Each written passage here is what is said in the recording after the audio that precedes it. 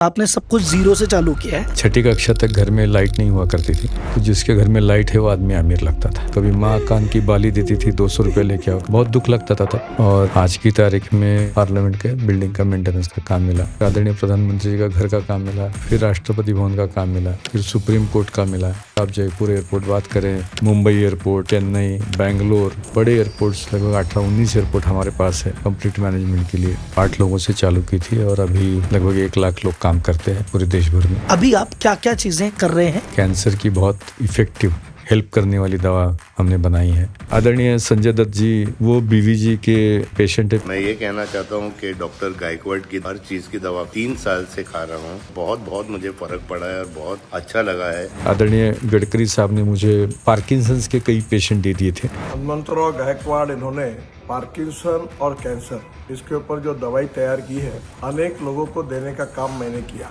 और इस दवाई का बहुत अच्छा परिणाम आया। अनेक लोगों को बहुत आराम पड़ा। मैंने क्लीनिंग का काम कैसे सीखा, मेरे सामने लड़के को बोला तू झाड़ू मार, फिर टॉयलेट क्लीन करने के लिए बोला कि भाई 5 यूरिनल है, 2 कमोड्स हैं। किसी की पहचान की वजह से कोई काम मिला नहीं है, काम की वजह से पहचान हुई है। तो ये हिम्मत और हौसला कहाँ से लेके आए एक आम आदमी जो ये देख रहा है इस समय? हाथी जैसा चलना पड़ता है, हर गली का कुत्ता आके भौंकता रहता है, हमें ध्यान नहीं देना। अयोध्या का राम मंदिर नेशनल लेवल की इंपॉर्टेंस है। हर आदमी चाहता है कि यार यहाँ पे सबसे काम हमें मिल जाए। 100 आदमी अप्रोच लगाते होंगे, कोई क्या करता है, कोई क्या करता है। बात आती है कि भाई सब ये वाला काम बुलाओ बीवी जी को। मेरे लोग बहुत ताकत से मजबूती से काम कर रहे हैं। मेरा नाम जो है ब्रांड नेम, मैं बोलता हूँ उसको धक्का नहीं लगना चाहिए। मुंबई एयरपोर्ट पे एक लड़के को पार्किंग में 4 किलो सोना मिला, उसकी 2-3 पीढ़ियों को नौकरी करने की जरूरत नहीं थी, बट वो हमने बीवीजी का जो ब्रांड डेवलप किया है, ऑनेस्टी, इंटीग्रिटी, क्वालिटी का, वो अंदर जाके सीएसएफ को देख के आया। एक सर्वे ये कह रहा है कि 9 करोड़ जॉब अवेलेबल है। एक सर्वे ए का ये भी कह रहा है कि भैया 10 करोड़ एग्जिस्टिंग भी जाएगी। तो उसको कैसे आप देखते हैं उस चैलेंज को? आपके केस में अगर मैं सीधा सीधा दिख रहा हूँ तो आपने कहा जब सफाई करने के लिए आदमी लगता था, वहाँ मशीन आ गई, टॉयलेट में आ गई, वहाँ ड्रोन आ गया। तो ये धीरे धीरे एम्प्लॉयमेंट तो एआई की वजह से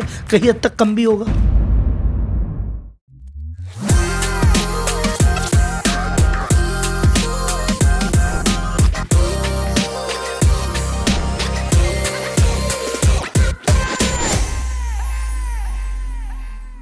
स्वामी विवेकानंद का एक कथन है, एक आइडिया को पकड़ो और अपनी पूरी जिंदगी उस पर समर्पित कर दो, कुछ भी हो सकता है। इस लाइन को दिल से लगा के एक आदमी ने इतना बड़ा साम्राज्य खड़ा कर दिया कि आप सोचेंगे तो आपको लगेगा कि यार एक लाइफ टाइम में कोई आदमी इतना कैसे कर सकता है।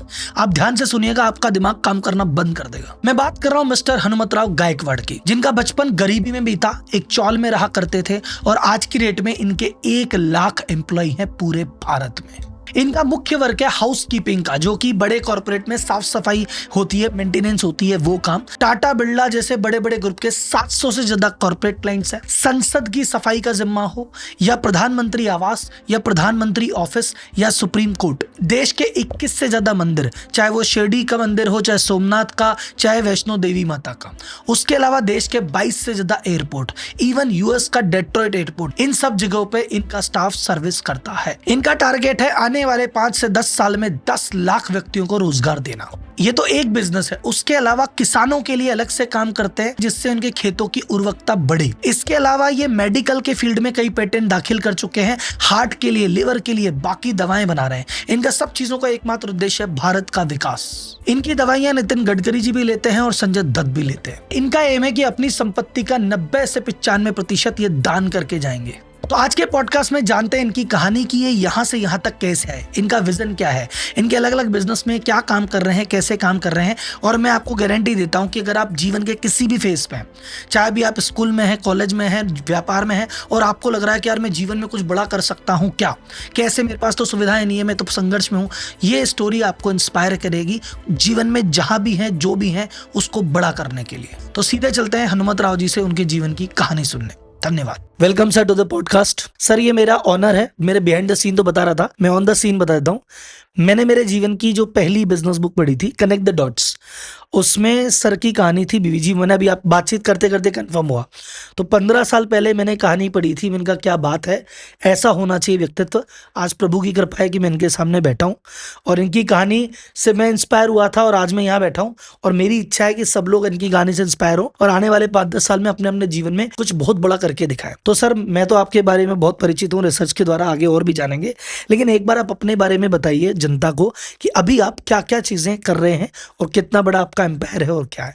बेसिकली मेरा नाम हनुमंत गायकवाड़ है। मैं वैसे तो सातारा ज़िले से बिलॉन्ग करता हूँ, रहीमतपुर मेरा विलेज है। हम्म, और आज की तारीख में हम बीवीजी इंडिया लिमिटेड, ये सर्विसेज की कंपनी मैं चला रहा हूँ, जो 8 लोगों से चालू की थी और अभी लगभग 1 लाख लोग काम करते हैं पूरे देश भर में। दूसरा मेरा बीवीजी लाइफ साइंसेस करके वर्टिकल है, जिसमें हम हेल्थ के ऊपर काम करते हैं। कैंसर की बहुत इफ़ेक्टिव हेल्प करने वाली दवा हमने बनाई है। लीवर, फैटी लीवर के लिए, हार्ट के इश्यूज़ काफ़ी लोगों को है, तो हार्ट की ब्लॉकेज निकालने वाली और प्रिवेंशन ऑफ हार्ट की दवा बहुत जो अच्छा कारगर साबित कर रही है, वो बनाई है। फिर बीवीजी एग्रोटेक है मेरा, जिसमें एग्रीकल्चर के लिए ऑर्गेनिक हमने फर्टिलाइजर्स, पेस्टिसाइड बनाए हैं, जो फार्मर को खर्चा कम करने के लिए हेल्प करती है और इनकम बढ़ा देती है। फिर बीवीजी न्यूक्लियर है, जिसमें हम न्यूक्लियर टेक्निक का यूज़ करके इंडस्ट्रियल डायग्नोस्टिक स्टडीज़ करके हेल्प करते हैं इंडस्ट्रीज़ को, जहाँ 2-2 महीना शटडाउन लेना पड़ता है एक आधी इंडस्ट्री को, वो हम 3 से 5 दिन में उसको काम देते हैं, हेल्प करते हैं। फिर बीवीजी क्लीन एनर्जी है, ग्रीन एनर्जी, जिसमें हमारा 500 मेगावाट का फैक्ट्री है ग्रेटर नोएडा में, और कर रहे हैं। तो परमात्मा की अनंत कृपा है, हो रहा है। तो कुल मिला के सर आपने एक नहीं कई फील्ड में उपलब्धियां हासिल की है और जिस जिसमें गए हो बहुत कुछ बड़ा किया है। पहले सर अपन एक एक बिजनेस में एंटर करेंगे, आपके मेडिकल के बारे में, किसानों वाले में, इंटीग्रेटेड सर्विस में, एम्प्लॉयमेंट पे। लेकिन सबसे पहले मैं जानना चाहता हूँ कि आप कोई फैमिली बिजनेस रन नहीं कर रहे हैं, आप फर्स्ट जनरेशन एंटरप्रेन्योर हैं और आपने सब कुछ जीरो से चालू किया है। तो शुरुआत से आपकी बचपन का जो फैमिली बैकग्राउंड कैसा था, अपब्रिंगिंग कैसी थी, चाइल्डहुड कैसा था, वहाँ क्या स्ट्रगल थे, उस पर मैं बात करना चाहता हूँ। फाइनेंशियली हम उतने अच्छे नहीं थे, तो ऑलमोस्ट ज़िंदगी के 20 साल 10 बाय 10 के कमरे में गए। 6ठी कक्षा तक घर में लाइट नहीं हुआ करती थी, तो जिसके घर में लाइट है वो आदमी अमीर लगता था। 4th को मुझे स्कॉलरशिप मिली, तो पिताजी मुझे सातारा से पुणे लेके आए पढ़ने के लिए। और पुणे के बाजू में एक फुगेवाड़ी करके एरिया है, वहाँ पे हम रहते थे और पुणे में स्कूल जाता था मैं। आने जाने के लिए 1 रुपया लगता था, कभी कभी वो भी नहीं होता था। मेरी माँ स्टिचिंग का काम करती थी, कपड़े सिलाने का, और सामने वाले के पास जाके बोलती थी, हनुमान को जाने के लिए आज पैसे नहीं, 5 रुपया मेरा बिल हुआ है, 1 रुपया आज दे दीजिए। मुझे बहुत दुख लगता था। मेरे पिताजी पहले कोर्ट में थे, उन्होंने फिर महाराष्ट्र गवर्नमेंट की एग्ज़ाम दे के अकाउंट्स ऑफिसर बने, तो उनका मुंबई ट्रांसफ़र हो गया। मुंबई में रहने की व्यवस्था थी नहीं, तो डेली पुणे से अप डाउन करते थे। तो सुबह 4 बजे उठते थे, सुबह की सिंहगढ़ एक्सप्रेस लेके मुंबई आते थे, रात 11-12 बजे वापस आते थे। डायबिटीज़ भी बहुत ज़्यादा था उनको, तो बीमार पड़ते थे, तो हम गवर्नमेंट हॉस्पिटल में उनको भर्ती करते थे। तो कभी पैसे नहीं हुआ करते, तो कभी माँ कान की बाली देती थी, 200 रुपये लेके आओ, कभी मंगलसूत्र देती थी, सुनार के पास जाके 500 रुपया लेके आओ। बहुत दुख लगता था तब, लेकिन पिताजी ने एक अच्छा किया कि जब भी कहीं अच्छा स्पीच होता था तो मुझे लेके जाते थे। ऐसी छत्रपति शिवाजी महाराज मेरी 4थी कक्षा से दैवत है, और 8वीं कक्षा में हमारे प्राचार्य शिवाजीराव भोसले करके एक व्याख्याता थे, उनका मैंने स्पीच सुना स्वामी विवेकानंद जी के ऊपर, और उसके बाद स्वामी विवेकानंद जी को आदर्श माना। फिर पढ़ाई में ध्यान देता था अच्छे से, तो 10th में 88% मार्क मिले। माँ को मेरी तब स्कूल टीचर का जॉब लग गया था, तो माँ ने पूछा कि भाई क्या करे, तो बोले इसको डिप्लोमा में डाल दीजिए, तो 3 साल के बाद पैसे कमाना चालू कर देगा। तो मैंने पुणे में गवर्नमेंट पॉलिटेक्निक में डिप्लोमा में एडमिशन लिया। अच्छे मार्क मिले, 74 ऐसे। बट सेकेंड ईयर पिताजी का निधन हुआ, 12th इक्विवेलेंट। उनकी इच्छा थी मैं IAS अफसर बनूं, तो मैंने माँ को कहा कि मुझे IAS बनना है तो इंजीनियरिंग कंप्लीट करना पड़ेगा, तभी UPSC को बैठ पाऊंगा। मुझे गवर्नमेंट इंजीनियरिंग औरंगाबाद मिल रहा था। मैंने कहा पूना के बाहर मत जाओ, क्योंकि मेरे पिताजी अकेले संतान थे उनके ग्रैंड पेरेंट्स को, और मेरे ग्रैंड पेरेंट्स हमारे गांव से हमारे पास आने रहने लगे। तो मैंने पूना में ही एडमिशन लिया। माँ ने 12,000 रुपया कर्जा निकाला और प्राइवेट कॉलेज में दाखिला ले लिया। आने जाने के लिए लगभग 42 किलोमीटर में साइकिलिंग करता था। फिर डिप्लोमा के मैंने क्लासेस लेना चालू किए। जाम सॉस की बॉटल की एक एजेंसी ली, वो बॉटल बेचना चालू किया। बहुत मेहनत हुई, लेकिन फर्स्ट क्लास मेंटेन किया। पिताजी के निधन के बाद लगभग 1 साल भर के बाद घर में एक चिट्ठी मिली, जिसमें पिताजी ने कपड़े सिलाने के लिए डाले थे माँ को मिली कहीं, तो माँ ने कहा कि कपड़े लेके घर आ जाओ। मैं 250 रुपये दे के कपड़े लेके घर आया।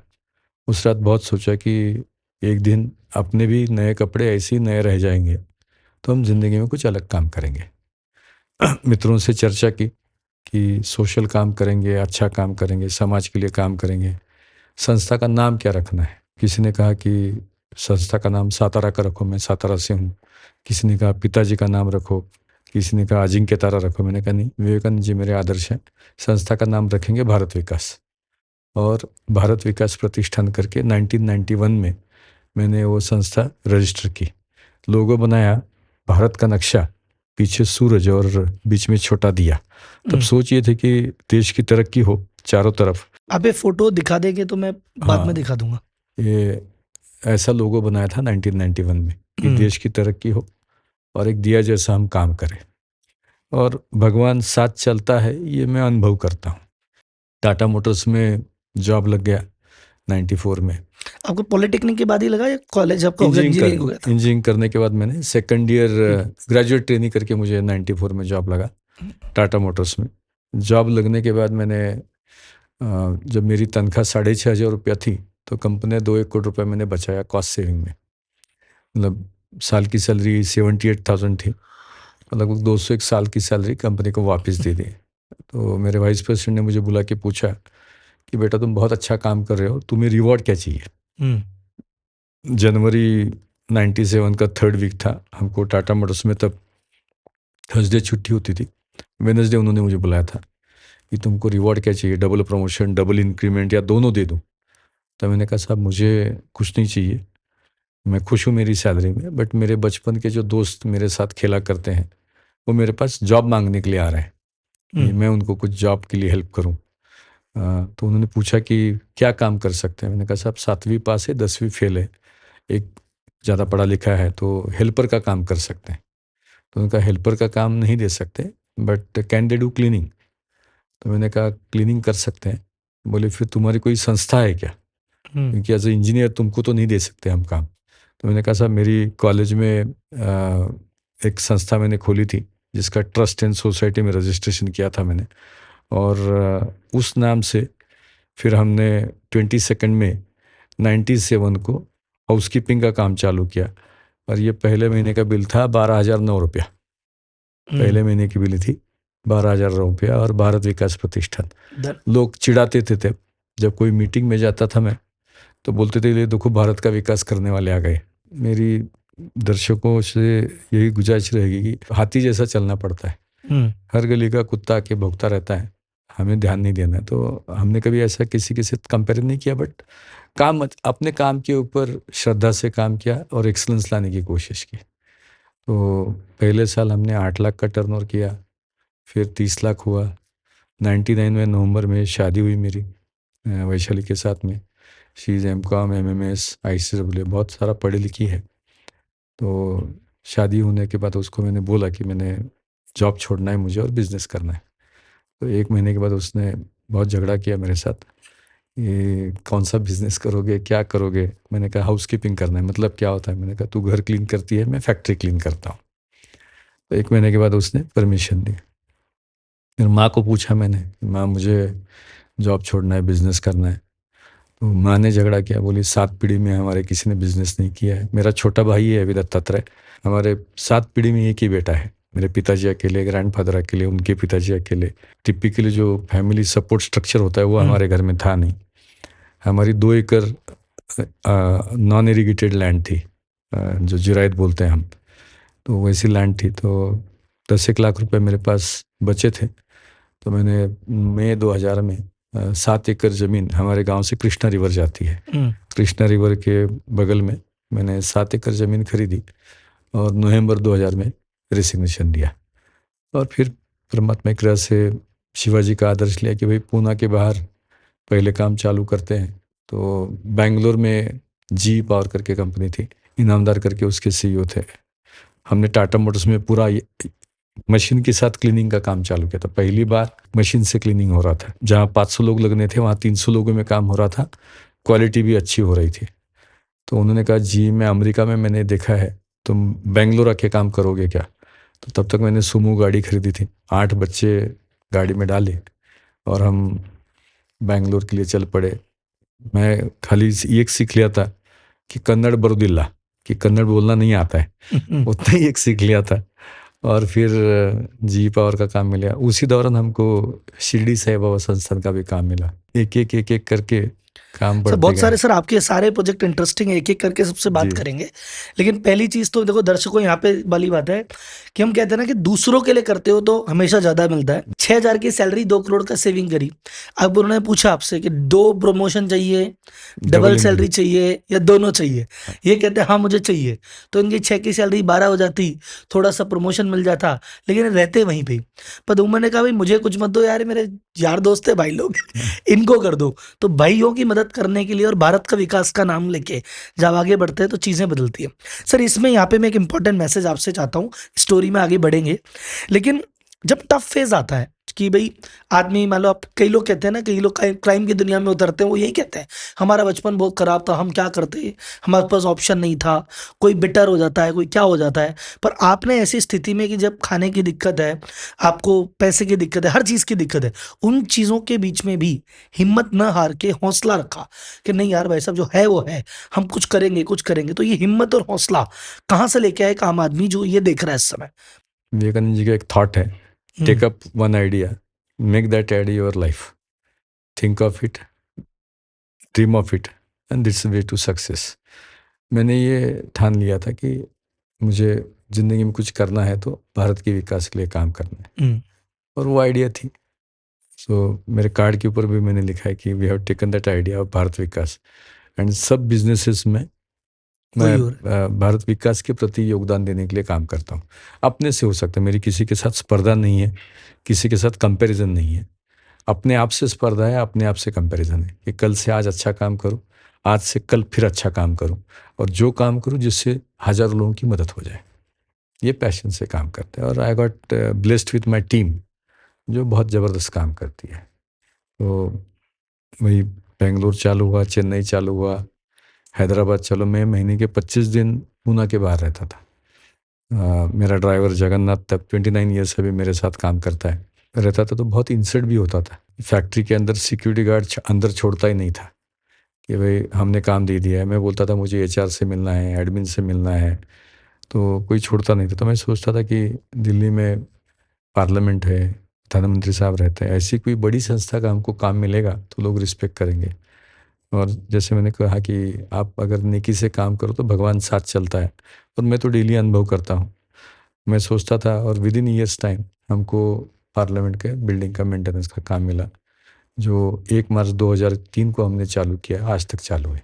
सर उसकी कहानी बताइए, वो कैसे मिला? मतलब एक्चुअली पहली बार किसी कंपनी को इस तरह का काम मिलना और पार्लियामेंट का सीधा काम मिल रहा है, तो उसके पीछे की कोई बिहाइंड द सीन स्टोरी? उसकी स्टोरी ऐसी है कि विपिन वर्मा, हम यूरेका हब से इक्विपमेंट खरीदते थे, ठीक है। और विपिन वर्मा तब दिल्ली के सेल्स की हेड हुआ करते थे, और श्रीनिवासन करके चीफ इंजीनियर थे जिनको पार्लियामेंट की लाइब्रेरी बिल्डिंग नहीं बनाई थी उन्होंने, और उनको वो चकाचक रखनी थी। तो ये इक्विपमेंट बेचने वाले लोग उनके पास जाते थे, और वो बोलते थे कि मुझे इक्विपमेंट खरीदने नहीं है, अगर मैं खरीदूंगा तो शायद 2-4 महीने बाद तो कबाड़े खाने में जाएंगे, तो मुझे एजेंसी का नाम बताओ। तो विपिन का मुझे फ़ोन आया।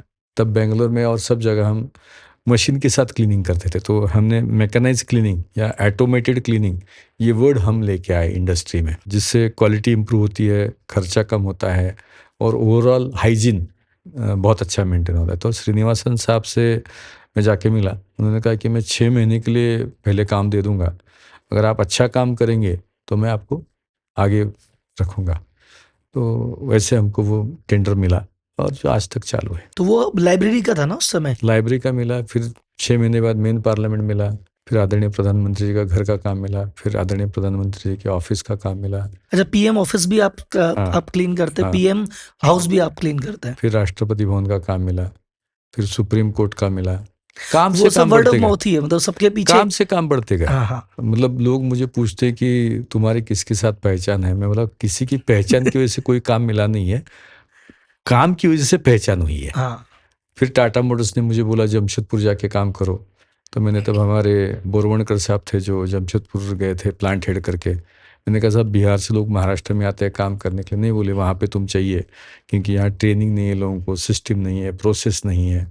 तो हमने जमशेदपुर में काम चालू किया। इनिशियली बहुत रेजिस्टेंस हुआ, फिर साणंद में चालू किया, सिंगूर में चालू किया, पंतनगर में चालू किया, अभी धारवाड़ सर में चालू कितने किया। स्टेट्स और कितनी सिटीज में आप सर्विसेज दे रहे हैं? हम अभी 28 स्टेट में हैं और पूरा 130 भारत, शहर है। पूरा भारत का विकास करते करते पूरे भारत में पहुंच गए आप। परमात्मा की कृपा है। हम 28 स्टेट में 28 स्टेट में हम काम कर रहे हैं, 130 शहर में है। और ये कस्टमर की लिस्ट बोलूँ मैं तो टाटा मोटर्स है, वोक्सवैगन है, फियाट है, हुंडई है, महिंद्रा है, बजाज है, आईटीसी है, हिंदुस्तान यूनिलीवर है, वर्लपूल है, जैबिल है। सो कई मल्टीनेशनल कंपनीज के साथ हम काम करते हैं, कई डोमेस्टिक कंपनीज के साथ काम करते हैं। फिर हम अलग अलग एयरपोर्ट, लगभग 18 एयरपोर्ट, आप जयपुर एयरपोर्ट बात करें, मुंबई एयरपोर्ट, चेन्नई, बेंगलोर, बड़े एयरपोर्ट्स लगभग 18-19 एयरपोर्ट हमारे पास है कंप्लीट मैनेजमेंट के लिए।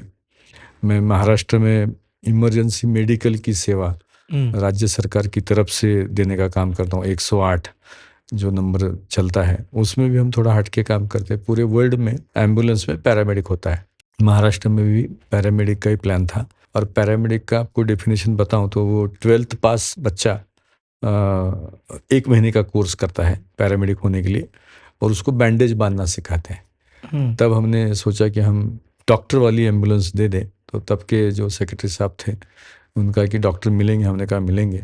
एंड महाराष्ट्र पूरे वर्ल्ड में इकलौता स्टेट है जिसमें डॉक्टर है 5.5 साल ट्रेन हुआ जो पेशेंट्स को सेवा देता है। और ये सेवा ने अब तक लगभग 1,20,00,000 लोगों को हेल्प की है, लगभग 15 लाख लोगों की जान बची है, 15 लाख लोगों की, और 40,000 डिलीवरी एम्बुलेंस में विदाउट एनी प्रॉब्लम हुई है।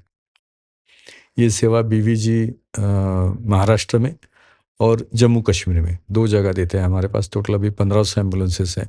1500 एम्बुलेंसेस है। फिर मध्य प्रदेश में पुलिस की हमारी 1000 गाड़ियाँ हैं जो ओन्ड बाय बीवीजी है। वहाँ कॉल सेंटर भी हम रन करते हैं।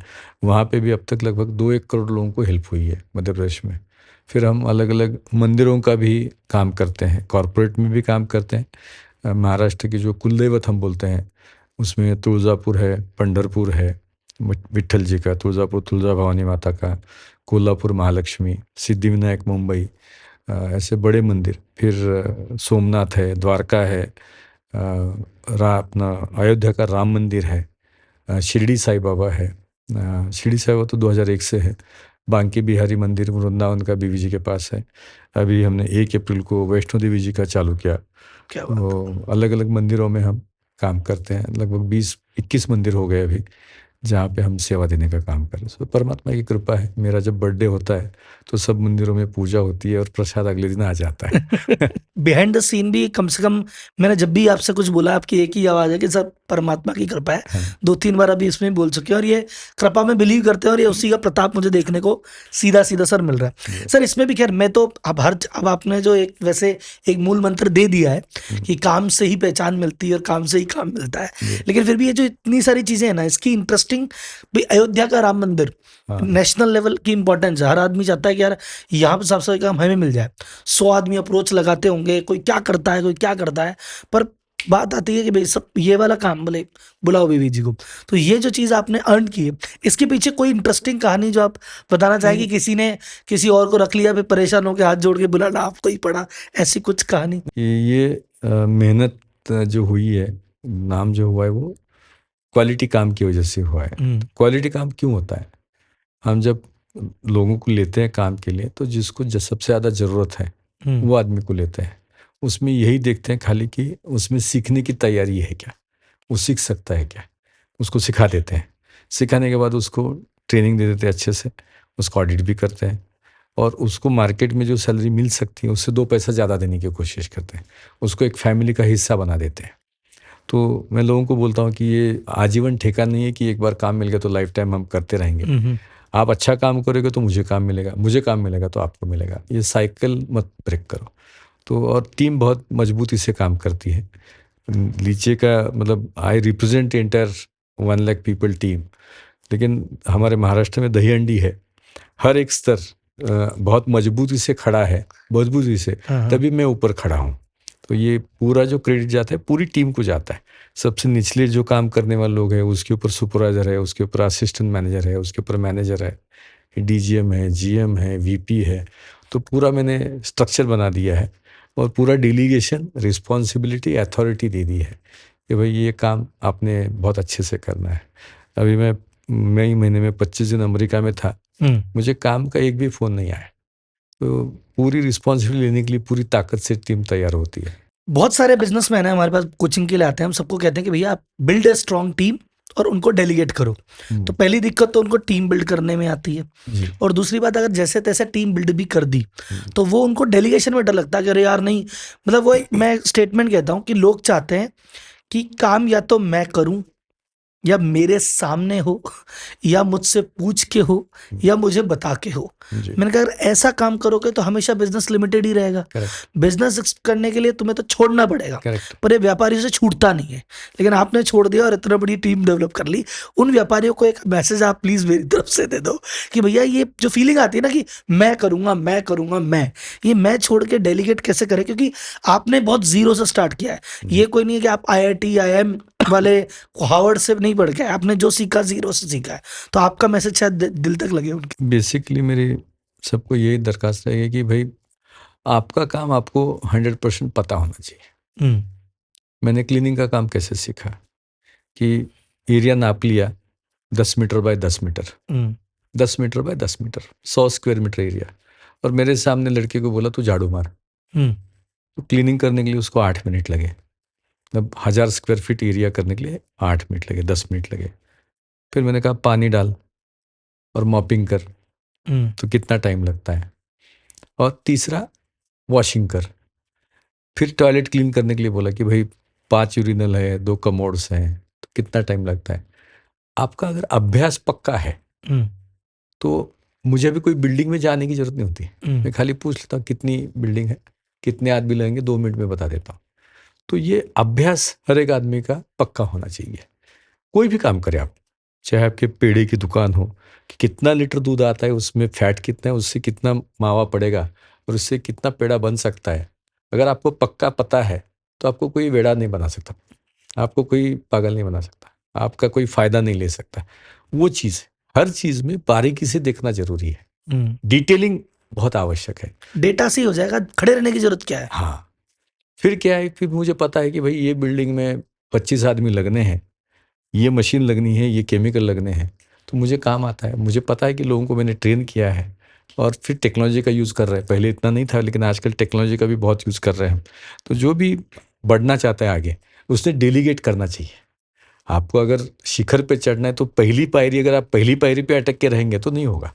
आपको हर चीज़ को छोड़ के आगे जाना पड़ेगा। और सर एक चीज मैं आपसे बोरो कर रहा हूँ अभी, अब जी। मेरी क्लास में इस टॉपिक को जोड़ रहा हूँ। जी। ये दही हांडी वाला एग्जांपल मैं दूंगा क्योंकि इससे सॉलिड मुझे एग्जांपल कुछ नहीं लगा। हाँ। कि जो दिख रहा है वो तुमको दिख रहा है, इसने फोड़ा, हाँ। लेकिन भाई उसके पीछे 4 थे, उस 4 के पीछे 40 थे, 40 के पीछे 400 थे, तब जाके तुम्हें ये दिख रहा है। हाँ। और वो नीचे वाला अगर हल्का सा हट जाएगा तो ये भी गिर जाएगा। हाँ, एक इससे बढ़िया आदमी एग्जाम्पल कुछ नहीं है। एक आदमी अगर हिल गया तो ऊपर का सब नीचे गिरते हैं। और आप देखते रहेंगे मुंबई में अभी चलता है, श्रावण में अभी दही हांडी आएगी तो 5-5 लोग गिर जाते हैं। तो मेरे लोग बहुत ताकत से, मजबूती से काम कर रहे हैं। Amazing sir. मेरा नाम जो है, ब्रांड नेम, मैं बोलता हूँ उसको धक्का नहीं लगना चाहिए। मतलब जिसमें सबसे ज़्यादा पैसे की ज़रूरत है, ऐसे कम से कम 2-1 हज़ार लोगों को अलग अलग एयरपोर्ट पे सोना मिला, 1 किलो मिला, आधा किलो मिला। बीच में मुंबई एयरपोर्ट पे एक लड़के को पार्किंग में 4 किलो सोना मिला, पार्किंग में। वो घर जाता था तो उसको जिंदगी भर नहीं, उसकी 2-3 पीढ़ियों को नौकरी करने की जरूरत नहीं थी। बट वो हमने BVG का जो ब्रांड डेवलप किया है, ऑनेस्टी, इंटीग्रिटी, क्वालिटी का, वो अंदर जाके CSF को दे के आया। ऐसे कई लोग, मतलब कई हज़ार। एक लेडी, हम 150 रेलवेज का भी मेंटेनेंस करते हैं। एक लेडी को बेंगलोर में गहने मिले, मेरे ख्याल से 7-8 लाख के गहने मिले थे ट्रेन में, वो जाके वापस दे के आई। So this is what we have cultivated, कि जो किस्मत में है वो आपका है। ऐसे फ्री में मिलता है तो मत लीजिए किसी का। तो लोग मेहनत से, अपना समझ के, खुशी से काम करते हैं। आप मेरे किसी भी एम्प्लॉय से बात करेंगे एयरपोर्ट पे, कहीं पे भी, हमारा ब्रांड की विजिबिलिटी भी लगभग 3 करोड़ है। हमने बीच में निकाला था कि ये अलग अलग रेलवे स्टेशन पे हम काम कर रहे हैं, एयरपोर्ट्स पे काम कर रहे हैं, मंदिरों में काम कर रहे हैं। तो कितना ब्रांड विजिबिलिटी, लगभग 3 करोड़ लोग डेली बीवीजी को देखते हैं। तो मैं बोलता हूँ कि भाई ये आपका ब्रांड है, मेरा नहीं है। BVG is Bharat Vikas group. कुछ कुछ लोगों को गलतफहमी होती है कि बड़े लोगों के किसी किसी के नाम से ग्रुप है, हाँ। कि लोगों को लगता है मेरा नाम बीवी गायकवाड़ है। मैं बोलता हूँ मेरा नाम हनुमंत रामदास गायकवाड़ है और बीवीजी का फुल फॉर्म भारत विकास ग्रुप है। और जी से उनको लगता है गायकवाड़ है, हाँ। बीवी कोई होगा, मैं रख दिया होगा अपने हाँ, फैमिली के नाम हाँ। पे। सर अभी जैसे हाउसकीपिंग का तो मैं समझ गया, आपका साफ सफाई का मेन वर्क हो गया, आपने अभी इतनी चीजें कवर की, मतलब आप एयरपोर्ट पे हैं, आप रेलवे स्टेशन पे, आप संसद में, आप कॉर्पोरेट में, आप एमएनसीज में। लेकिन अभी इसके अलावा जो आपकी बातों से मुझे पता चला, आप एम्बुलेंस भी रन कर रहे हैं, ये मुझे नहीं पता था। आप गाड़ियां दे रखे पुलिस को, ये मुझे नहीं पता था। कॉल सेंटर रन करते नहीं पता था। बीवीजी को जो लोग जानते हैं वो जानते हैं हाउसकीपिंग। जी। उसके अलावा कौन कौन सी ऐसी सर्विसेज हैं जो कि आपने समय समय पे ऐड की, जो ज्यादा लोग नहीं जानते हैं? हम लैंडस्केपिंग गार्डनिंग का बहुत बड़ा काम करते हैं। Landscaping and gardening. Landscaping gardening का हमारा बहुत बड़ा काम करते हैं। दाहोद के शहर के बीचों बीच एक तालाब था जो बहुत गंदा हो गया था। लगभग 100 एकड़ का तालाब था। तो उसको मैं आपको वीडियो दे दूंगा उसका, बिफोर आफ्टर खाली फोटो दिखाएंगे आप तो समझ में आएगा। मतलब जो बहुत गंदा था उसको हमने एकदम स्वर्ग जैसा बना दिया चाहिए। वहाँ जहाँ पे अभी टूरिस्ट स्पॉट बन गया, नहीं तो क्या लोग बात। बांस मारते थे और वहाँ पे मच्छर की तादाद इतनी थी, तो हमने एसटीपी बना दिया वहाँ पे। पूरा तालाब चेक नीट एंड क्लीन कर दिया। तो वो काम करते हैं हम। प्लांटेशंस के करते हैं, वेस्ट मैनेजमेंट के काम करते हैं हम, बायो माइनिंग के काम करते हैं। तो अलग अलग 3 सेक्टर्स में हम बोल सकते हैं मोटा मोटी। एक फैसिलिटी मैनेजमेंट जिसमें बिल्डिंग और फैक्ट्रीज का कंप्लीट कॉम्प्रिहेंसिव मेंटेनेंस, जिसमें हाउसकीपिंग आता है, इलेक्ट्रिकल मेंटेनेंस आता है, सिविल मेंटेनेंस आता है, सब तरह के मेंटेनेंस। ठीक है। फिर आ गया आपका इमरजेंसी रिस्पांस सर्विसेज, जिसमें हमारी पुलिस की गाड़ियां हैं, इमरजेंसी एम्बुलेंस की गाड़ियां हैं, वहाँ पे भी हम काम कर रहे हैं। तीसरा इन्वायरमेंटल और सस्टेनेबिलिटी जो बोलते हैं हम, जिसमें सोलर के इंस्टॉलेशंस है, गार्डन लैंडस्केपिंग गार्डनिंग के काम है, प्लांटेशन एनवायरनमेंट को सेव करने के काम है, उसमें काम करते हैं। ऐसे 3 वर्टिकल्स है, उसमें फिर सब वर्टिकल्स भी काफ़ी है। सर मतलब वही आपका काम अनंत है, जितना आपसे बात कर रहा हूँ एक नई चीज बाहर आ जाती है। सर बिजनेस मॉडल क्या है आपका? जैसे मान लो कोई कॉर्पोरेट आके भी आपको कहता है कि यार ये हमारी फैक्ट्री, अब आपको इसको क्लीन करनी है, तो उसको आप पर मंथ चार्ज करते हैं, पर पर्सन चार्ज करते हैं, मतलब टिपिकली हम कोई भी फैक्ट्री या कोई भी इस्टेब्लिशमेंट ये लमसम बेसिस पे बात करते हैं कि भाई ये आदमी फैक्ट्री क्लीन करने के लिए हमको इतने आदमी लगेंगे, ये मशीन्स लगेंगी, ये केमिकल लगेंगे, और उस हिसाब से फिर एसएलएस डिफाइन हो जाते हैं, सर्विस लेवल एग्रीमेंट्स, कि ये टॉयलेट दिन में 4 बार क्लीनिंग होनी है, मेन डोर है तो दिन में 1 घंटे में क्लीन होना चाहिए, कि लोग हाथ लगा देते हैं तो ग्लास खराब हो जाती है, फैन है तो महीने में 1 बार क्लीन होना चाहिए, वो सब एसीएलएस में आ जाता है। और हम इनोवेशन के ऊपर ध्यान देते हैं। अभी ये यहाँ पे एसी के डक्ट रहेंगे, तो एसी के डक्ट में क्लीनिंग नहीं होता है, तो बीच में हमने एक रोबो डेवलप किया जो एसी के छोटे से डक्ट में जाता है और पहले तो वीडियो शूटिंग करता है। उसमें फिर आपके रैट्स मरे पड़े मिलते हैं, लिचर्ड मेरी पड़ी मिलती है, डस्ट रहती है बहुत सारी, और हम वो फ्रेश एयर करके खाते हैं, सांस लेते रहते हैं। तो हमने फिर उसके क्लीन करने के लिए एक रोबो डेवलप किया है। पहले वीडियो शूटिंग करते हैं, फिर छोटा सा रोबो जाता है और पूरा क्लीन करके आता है। तो वी ऑलवेज इनोवेट करते रहते हैं कि अपना काम आज से कल क्वालिटी कैसे बढ़े, इम्प्रूवमेंट कैसे हो, कि कस्टमर को कॉस्ट कटिंग भी चाहिए और इम्प्रूवमेंट भी चाहिए, ये साइकिल है। तो हम वो दोनों के लिए काम करते रहते हैं। कस्टमर को चाहिए सर्विस थोड़ी ज्यादा, पैसे थोड़े कम। हाँ बिल्कुल। और हर बार चाहिए, हर महीने पिछली बार से सर्विस ज्यादा दे दो और पिछली बार से थोड़े पैसे कम ले लो। Quality enhancement is a continuous process. तो हमने अभी आपने एयरपोर्ट पे देखे रहेंगे, तो काफ़ी जो एयरपोर्ट्स पे हमने ऑटोमेटिक रोबो डाले हैं। हम मुंबई पे डाले हैं, अहमदाबाद में डाले हैं, लखनऊ में डाले हैं, कि भाई आदमी के बिना रोबो काम करता है। अभी टॉयलेट क्लीन करने के लिए भी हम रोबो डेवलप कर रहे हैं, कि आदमी अगर 3 मिनट में काम करेगा तो रोबो 2 मिनट में काम करेगा। क्योंकि देश में वैसे आदमियों की कमी नहीं है, बट फिर भी कंसिस्टेंसी आने के लिए आदमी थक जाता है। सही बात है। 6-7 घंटे काम करने थक जाएगा, रोबो थकता नहीं है। तो we are giving now more focus on robotic cleaning, drone cleaning के ऊपर हम फोकस कर रहे हैं।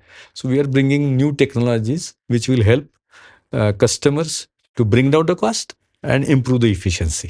और सर वही है ना कि एम्प्लॉय के केस में आज छुट्टी हो सकती है, यार छुट्टी हो गई तो फिर जी। इसका क्या होगा, तो रोबो के केस में आप कह सकते हो कि ठीक है डाल दिया तो काम हुआ। सर अभी जैसे मान लो कोई बाहर जा रहा है तो उसको अगर रीजन वाइज बात करो कि अगर कोई इंडियन लेबर यूएस जा रही है या मिडिल ईस्ट जा रही है, यूरोप जा रही है, क्या क्या पोटेंशियल है उसके अर्निंग के, इंडिया का बंदा बाहर जाता है। एक सिंपल अरिथमेटिक निकालता हूँ कि इंडिया में अगर किसी को 25,000 रुपया सैलरी मिलती है जॉब के लिए, वही मिडिल ईस्ट में जाएगा तो 60 से 70 के बीच में मिलती है। वही ईस्ट जाएगा, मतलब जापान, ताइवान, साउथ कोरिया, तो 1.5 से 2 लाख रुपए मिलता है। वही आदमी थोड़ा यूरोप जाएगा, थोड़ा और लंबा, मतलब ये 3 घंटे की फ़्लाइट है, ये 5 घंटे की फ़्लाइट है, 8-9 घंटे की फ़्लाइट से जाएगा इटली, फ्रांस, जर्मनी, तो उसकी सैलरी 3,000 यूरो हो जाती है, मतलब 3 लाख रुपए हो जाती है, 3 से 3.5। वही थोड़ा इंग्लैंड जाएगा तो उसकी सैलरी 4,000 पाउंड हो जाती है, तो 4-4.5 लाख रुपए हो जाती है। और फिर कॉस्ट ऑफ लिविंग थोड़ी बढ़ती है, बट ओवरऑल सेविंग अच्छी है। ओवरऑल सेविंग, मतलब जो यहाँ 20 कमा रहा है वो वहाँ लाख रुपए बचा के भी भेज सकता हाँ, आराम से आराम से भेज आराम से सकता है। आराम से भेज सकते हैं।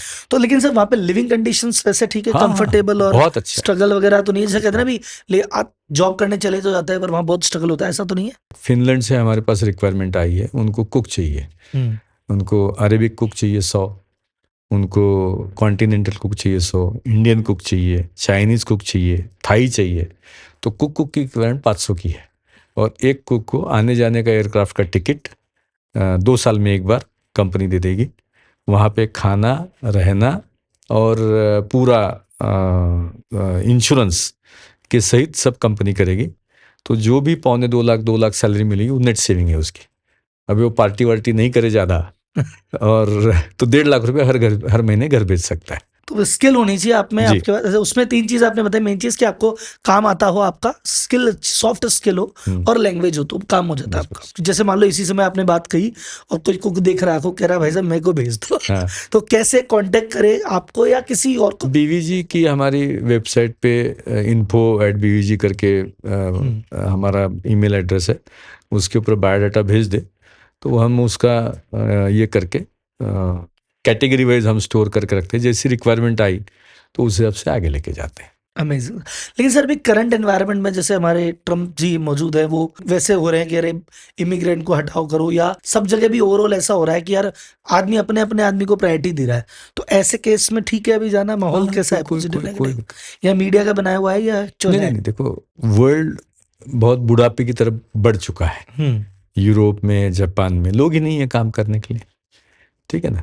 तो पूरे वर्ल्ड में लोगों की ज़रूरत है। वही मैं बोला कि वर्ल्ड इकोनॉमिक फोरम ने जो रिपोर्ट बनाया है कि अगले 10 साल में 9-9.5 करोड़ जॉब्स की रिक्वायरमेंट है, और कैटेगरी वाइज जॉब दे दी है। तो हमारे लोगों ने, लड़कों ने अगर ढंग से समझ लिया और उसके ऊपर काम किया तो बहुत बड़ा काम हो सकता है। सर बात है फार्मर्स पे, ये फैसिलिटी मैनेजमेंट पे और इन पे सारी बात हुई।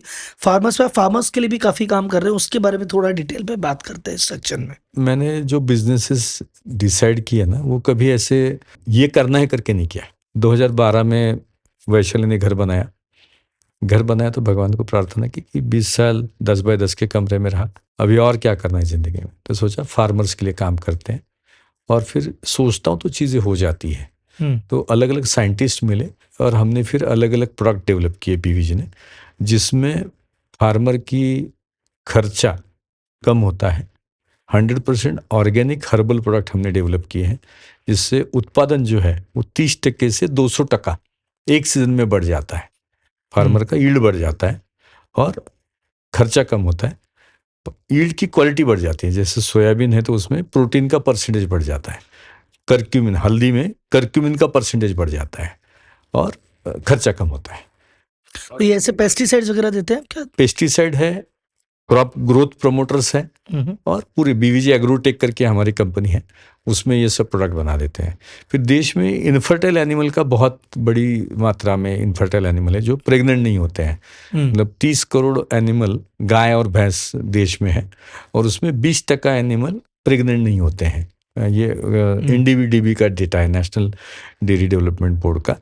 तो हमने उसके ऊपर भी काम किया, हमारे साइंटिस्ट लोगों ने, कि कोई भी गाय जो 2-2 साल से प्रेग्नेंट नहीं हो रही है, 2 साल से, जहाँ एक गाय का दिन का खर्चा 250-300 रुपया है, महीने का 7-8 हज़ार, साल का 1 लाख।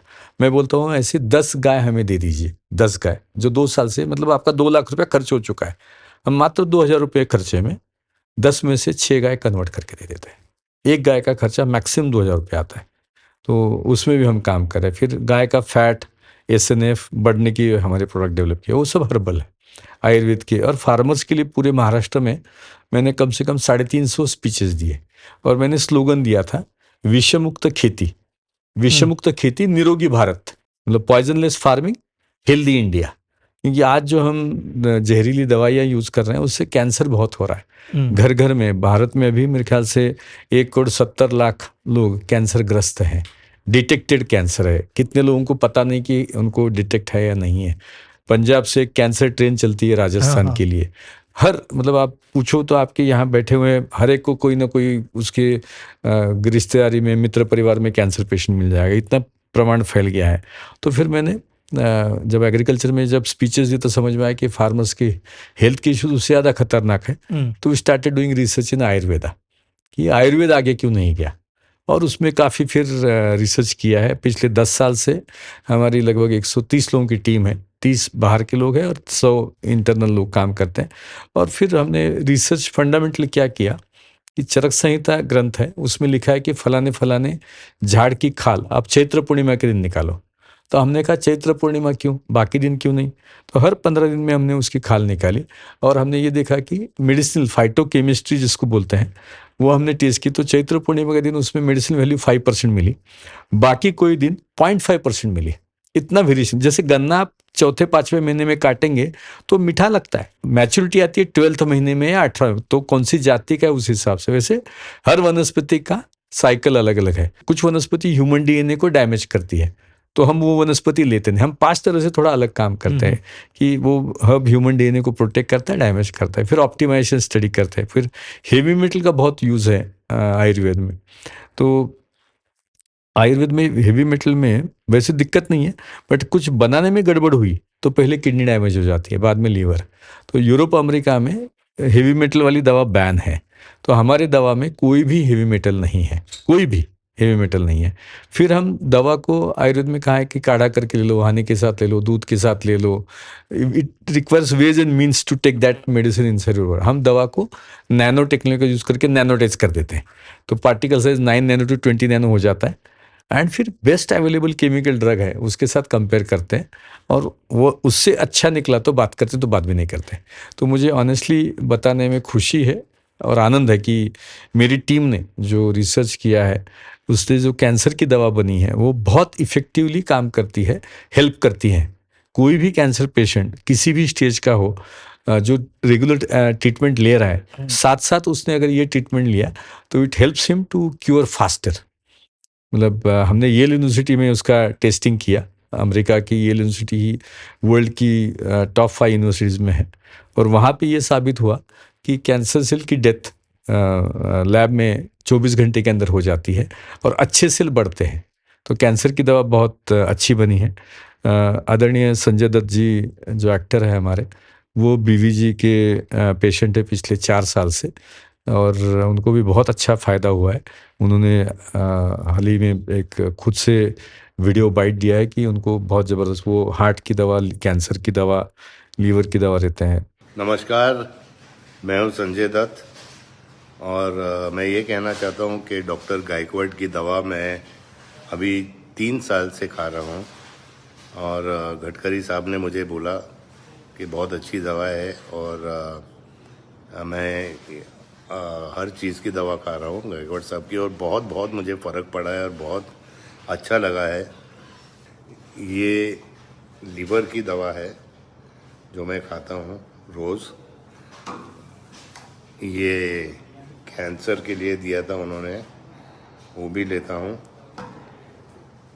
और ये हार्ट के लिए ये भी लेता हूँ। तो डॉक्टर साहब आपका बहुत बहुत धन्यवाद, thank you very much sir.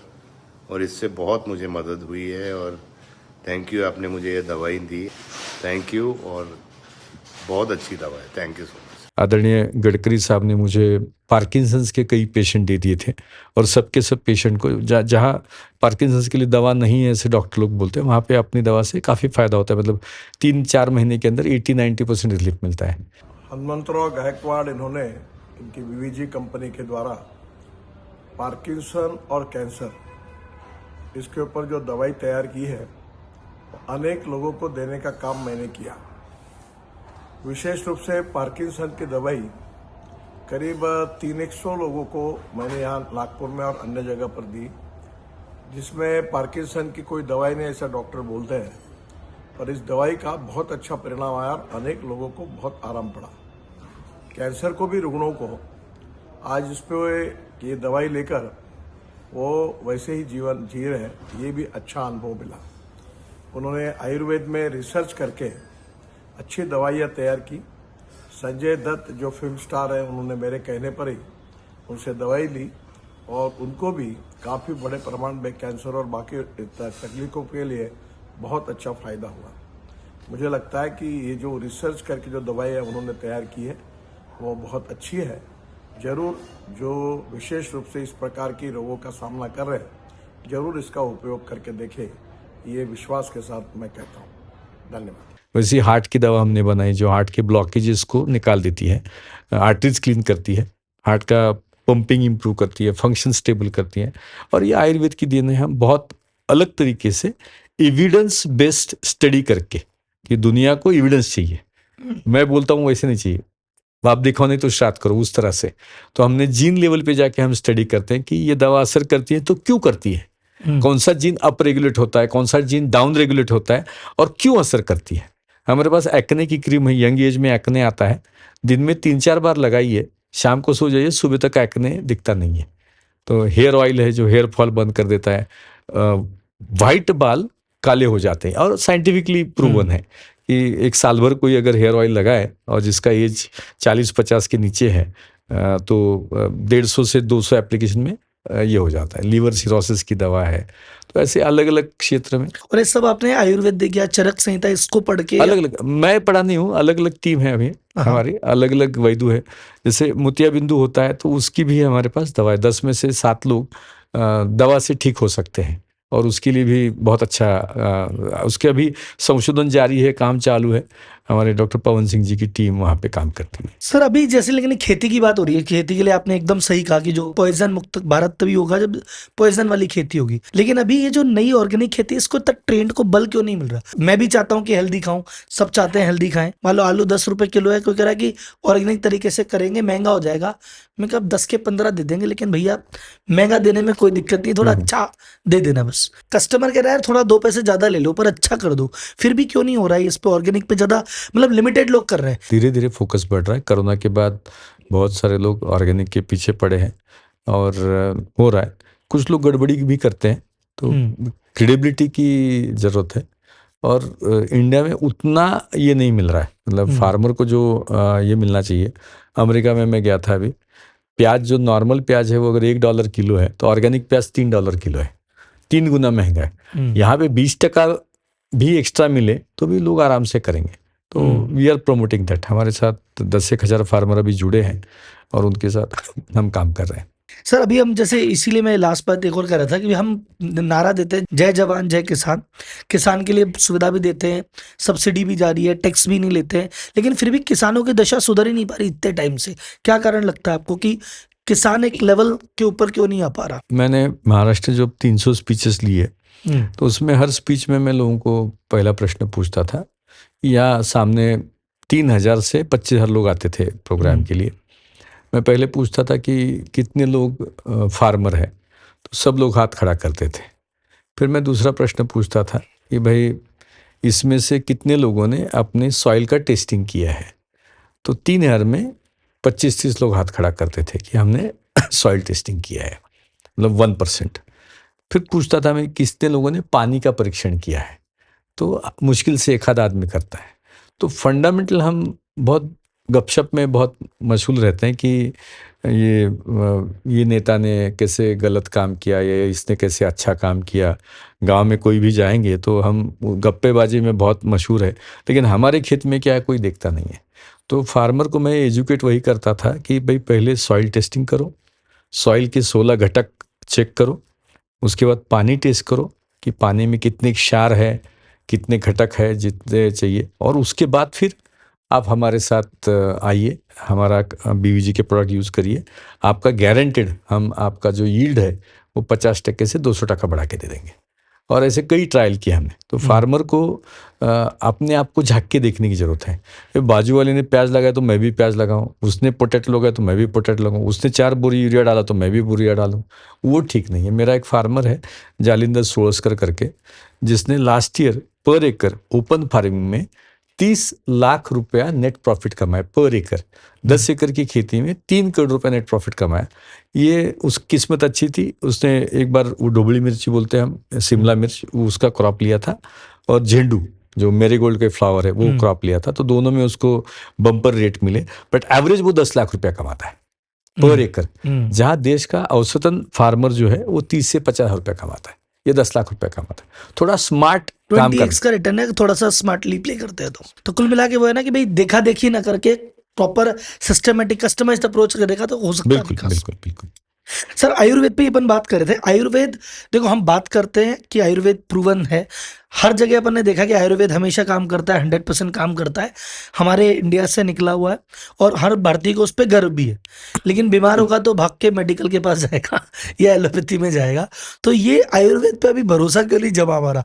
भाई सब बातों में आयुर्वेद अच्छा है, एक्शन में हम तो दवाई लेके आएंगे, वो गोली खाएंगे, हमको ठीक होना है, ये क्या चक्कर है? नहीं, बेसिकली मैंने वही कहा ना कि बहुत कम लोगों ने साइंटिफिकली काम किया। हम एविडेंस बेस्ड स्टडीज के ऊपर काम करते हैं। मेरे साथ लगभग 30 वैदू जो बोलते हैं ट्रेडिशनल नॉलेज होल्डर, ऐसे लोग जुड़े हैं। कोई 3 पीढ़ी से काम कर रहा है, कोई 25 पीढ़ी से काम कर रहा है। जो ओल्डेस्ट आदमी बीवीजे के साथ जुड़ा है, उनके घर में रिटर्न 600 साल की परंपरा है। 600 साल की रिटर्न परंपरा है कि हर पीढ़ी में डॉक्टर है और वो दवा देता है।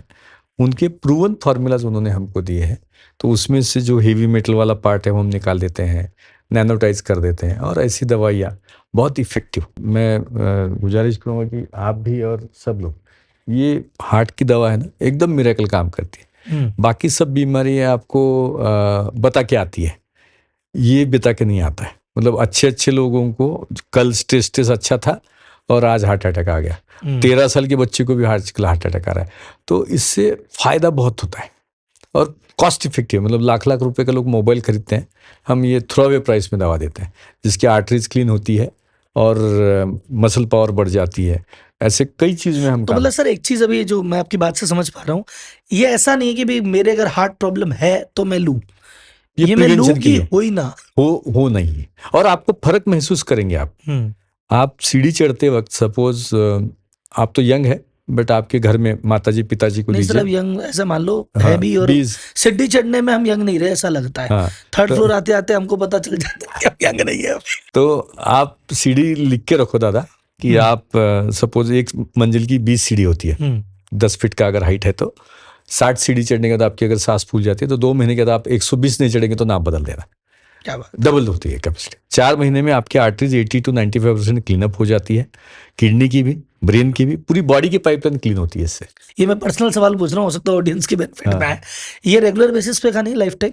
ये 5 साल में 4 महीने का कोर्स करना है, फिर 5 साल कोर्स क्या? अच्छा, हर 5 साल में 4 महीने। तो कुल मिला के सर आप ऐसा है कि फैक्ट्री साफ करते हैं, देश साफ करते हैं, और शरीर के अंदर भी साफ करते हैं, खेत भी साफ करते हैं। इसलिए तो मैं बोला ना कि जब मैंने नाम डिसाइड किया था ना, मुझे ऑनेस्टली पता नहीं था। मेरे साइकिल का सीट कोट टूट गया था, मेरे पास पैसे नहीं थे, 25 रुपए साइकिल का। तब मैंने नाम डिसाइड किया था कि भारत के विकास के लिए काम करूंगा। और ये परमात्मा विचार देता है, लोग मिलते हैं, जुड़ते हैं, और साथ चल के कारवां बनता जाता है। एक सर आपका जो ये एम्बुलेंस वाला आपने पूरी चीज बताई, इतना आपने एम पे किया, इसका आइडिया कहाँ से आया था? ये कैसे चालू हुआ? एम्बुलेंस एकदम आपकी सर्विस से अलग ही चीज थी, वो कैसे आपको इंस्पिरेशन मिली? 2011 में गवर्नमेंट में चर्चा चल रही थी और टेंडर आ गया था, तो हमने सोचा कि भाई इसको करते हैं। महाराष्ट्र के लोगों की सेवा करने का एक अलग मौका मिलेगा।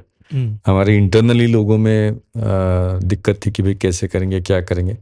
तो हमारे एक मित्र ने हमको लंदन की एक कंपनी के साथ हमको टाई अप करके दिया और उनके साथ जॉइंट वेंचर करके हमने ये काम ले लिया। सर अभी आपका 2030 का अगले 5 साल की बात करते हैं, क्या गोल क्या विजन है कंपनी को लेके, सर्विसेज को लेके? मेरा 10 साल का थिंकिंग है। 10 साल में हम 10 लाख लोगों को जॉब दे देंगे ग्लोबली। 10 करोड़ लोग बोलेंगे कि बीवीजी की वजह से ज़िंदगी बदल गई, ज़िंदगी बदल गई, अच्छी हो गई, प्रॉब्लम ख़त्म हो गए, हेल्प हो गई, हेल्थ में, एग्रीकल्चर में, यानी जॉब में। और बीवीजी को 100 देश में लेके जाना है, 100 कंट्रीज़ में लेके जाना है। उसमें मैं अपने पूर्वजों का जो चोला घराना था उनका भी एग्जाम्पल लेता हूँ और ब्रिटिशों का भी लेता हूँ कि जब 14वीं 15वीं सदी में इन्होंने वर्ल्ड जाना चालू किया, तो आप जस्ट इमेजिन करिए कि इंग्लैंड कहाँ है और न्यूजीलैंड कहाँ है। इंडिया आने के लिए 3 महीने लगते थे जहाज़ को, जहाज़ में इंजन नहीं होता था, ये वल्ली करके जाते थे और हवा का रुख देख के जाते थे। तो 6-7 महीने लगते थे जाने के लिए, 6-7 महीने लगते थे आने के लिए। कितने जहाज़ डूबे रहेंगे, कितने लोग मरे रहेंगे, but still they conquered the world. तो हमारे भारतीय समाज ने ये भी समझना ज़रूरी है कि नहीं तो मेरे पास कई लोग आते हैं कि मुझे जॉब चाहिए सातारा के लड़के को सातारा में, पुणे को पुणे में ही चाहिए। हम हमारा गांव छोड़ के बाहर जाने के लिए राजी नहीं होते। हालांकि राजस्थान से मारवाड़ी से लोग कहीं जा ना पाए, बैलगाड़ी वहाँ मारवाड़ी वो है, इसीलिए सक्सेसफुल है। मारवाड़ियों के सक्सेस का सबसे बड़ा राज ये है कि उनको जहां अपॉर्चुनिटी मिली चले गए। तो वैसे मैं हमारे युवा पीढ़ी को यही बोलूँगा कि भाई वर्ल्ड इज़ विलेज। अभी एयरक्राफ्ट अवेलेबल है, 24 घंटे में आप कहीं से कहीं पहुँच सकते हो। लैंग्वेज का बैरियर सब टूट गया है। आप कन्नड़ नहीं आता है तो आप मराठी में बात करो, सामने वाले को कन्नड़ में बात आएगी। इतना सब मॉडर्न गैजेट्स अवेलेबल है। टेक्नोलॉजी का यूज़ करना सीखना चाहिए। एआई बहुत आगे बढ़ रहा है, तो एआई सीखा नहीं तो अनपढ़ है, ये मैं बोलूँगा अभी कि हर एक बच्चे ने एआई सीखना चाहिए। एआई का यूज़ करके अपना टाइम कैसे सेव करें। मैं अभी मेरे जो प्रेजेंटेशन से मैं खुद सीख लिया हूँ चैट जीपीटी पे, बाकी सब के ऊपर, अलग अलग टूल्स के ऊपर कि how to reduce the time. तो हमको डेली लर्निंग करना पड़ेगा, डेली सीखना पड़ेगा और डेली सीख के अपने आप को अपग्रेड करना पड़ेगा और वो अपग्रेड करके काम करना पड़ेगा। एक सर्वे ये कह रहा है कि 9 करोड़ जॉब अवेलेबल है। एक सर्वे एआई का ये भी कह रहा है कि भैया 10 करोड़ जॉब तो एआई 9 करोड़ नहीं ले आएगा, पर 10 करोड़ एग्जिस्टिंग भी जाएगी, तो उसका भी इम्पैक्ट बढ़ेगा। तो उसको कैसे आप देखते हैं उस चैलेंज को? सेल्स एजेंट है जो कॉल करते थे, उनकी जगह वॉइस एजेंट आ गए। इंजीनियर जो कोड करते थे उसके लिए एआई कोड करने लग गया। आपके केस में अगर मैं सीधा सीधा देख रहा हूँ तो आपने कहा जहाँ सफाई करने के लिए आदमी लगता था वहाँ मशीन आ गई, टॉयलेट में आ गई, वहाँ ड्रोन आ गया, चीज आ गई।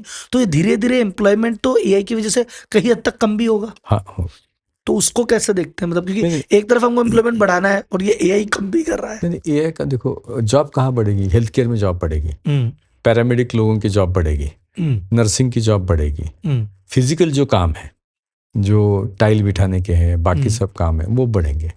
एग्रीकल्चर में अभी तक एआई का ज़्यादा ये नहीं है, तो एग्री में लेबर चाहिए। तो मेरा एक दोस्त है पंजाब का, वो इटली में अब तक 1000 लोगों को लेके गया है खेत में काम करने के लिए। ग्रेप के फार्म से, और ग्रेप के फार्म में काम करने के लिए 1.5 लाख रुपए सैलरी मिल रही है। तो ऐसे काम तो मिलेंगे, बढ़ेंगे। हेल्थ केयर सेक्टर बहुत बढ़ेगा। कुछ कैटेगरी की बढ़ेगी, कुछ कैटेगरी कम होगी, तो जब बढ़ेगी उसकी तरफ आगे बढ़ो। मैं भी जस्ट रियलाइज कर रहा हूँ से बात करते करते कि एक छोटी सी बात को अगर आदमी अप्लाई कर ले तो कहाँ से कहाँ जाता है। भाई विवेकानंद जी का ये जो आपने मिशन बताया, ये सबने पढ़ा होगा स्कूल में, बचपन में मुझे याद है मैंने पढ़ा है। विवेकानंद जी पूछते हैं आगे कैसे बढ़ना है, बोले कोई भी एक चीज पकड़ लो, अपना जीवन समर्पित कर दो, आगे बढ़ जाओगे, बात खत्म। तो आपने एक चीज पकड़ी, जीवन समर्पित, चीज पहुंच गए। मैंने 5 साल पहले कोरोना के टाइम पे पकड़ा एक मिशन, 5 साल उस पर समर्पित, पहुंच गए। तो प्रभु कृपा तो है, लेकिन तुम क्या एक आइडिया को समर्पित हो? अगर तुम्हें सब कुछ चाहिए तो फिर कुछ नहीं मिल रहा। मुझे लोग पूछते हैं कि तुम अलग अलग बिजनेसेस क्यों करते हो। मैं बोलता हूँ मेरी आइडिया भारत विकास की है। तो मैं एक में रोजगार के लिए हेल्प कर रहा हूँ जिनको जॉब नहीं मिलता है, एक में मैं फार्मर को हेल्प कर रहा हूँ उसकी इनकम बढ़े, एक में मैं हेल्थ ठीक करने के लिए हेल्प कर रहा हूँ कि खर्चा ही नहीं हो, आदमी स्वस्थ रहे, सुंदर रहे। हम कैंसर की दवा महीने के 8-10 हज़ार में देते हैं और 4-5 महीने में आदमी को बहुत ज़बरदस्त फर्क पड़ता है, बहुत ज़बरदस्त। जहाँ लाखों रुपए लोग खर्च करते हैं और हम एडजन थेरेपी करके दे रहे हैं लोगों को, बहुत अच्छा फ़ायदा है, बहुत अच्छा फ़ायदा है उसका। बहुत बढ़िया सर।